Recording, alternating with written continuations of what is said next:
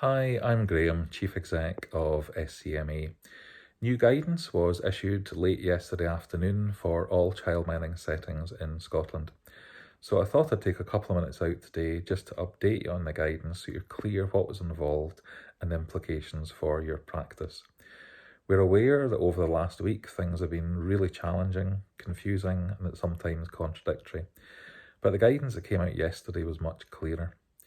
Recognising the lockdown position in which we find ourselves, all childminding settings in Scotland were strongly advised to close yesterday until further notice, unless you are currently involved in providing support to families of key workers or for vulnerable children.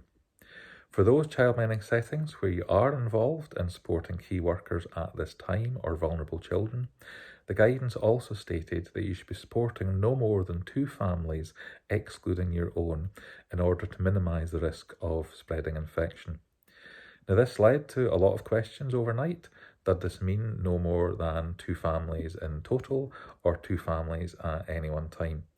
We've clarified this with the Scottish Government overnight and can confirm that what this means is that if you are open and supporting families of key workers and vulnerable children, this should be for no more than 2 families, excluding your own, at any one time.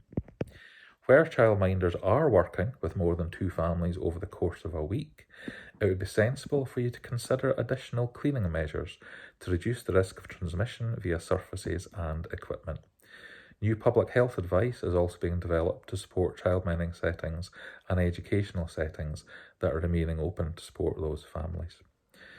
In order to obtain a snapshot of where we're at and how many childminding settings are open to support these families at the time, SCMA will be sending out a short survey quite soon to capture information on this from you. Please take the time to complete this if you are still open. Understandably, much of the contact we received overnight was what this would mean for childminders financially if you're having to close. Lots of questions. What could you do? Can you charge parents? If so, how much? What sources of financial support were available to you? Is there anything you can claim?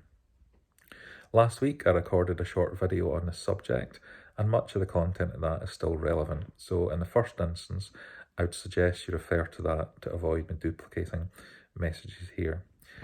What I would stress is that in addition, SCMA and others have been putting a huge amount of energy into pressing government to provide more financial support for childminders and the self-employed. To be clear, as an organisation, we believe that there should be equity and parity between both employees and the self-employed. At this time, it feels completely unfair if that is not the case. Last Friday, the UK government announced a very bold measure. They decided to underpin up to 80% of employees' salary costs to avoid staff being made redundant. Many people, including ourselves, welcomed this. This was a really positive step. However, when we actually look at the current support that has been offered for the self-employed, we believe this falls far short of what is being offered to employees. So this is why we've been putting as much pressure as possible on the Scottish Government to try and change things.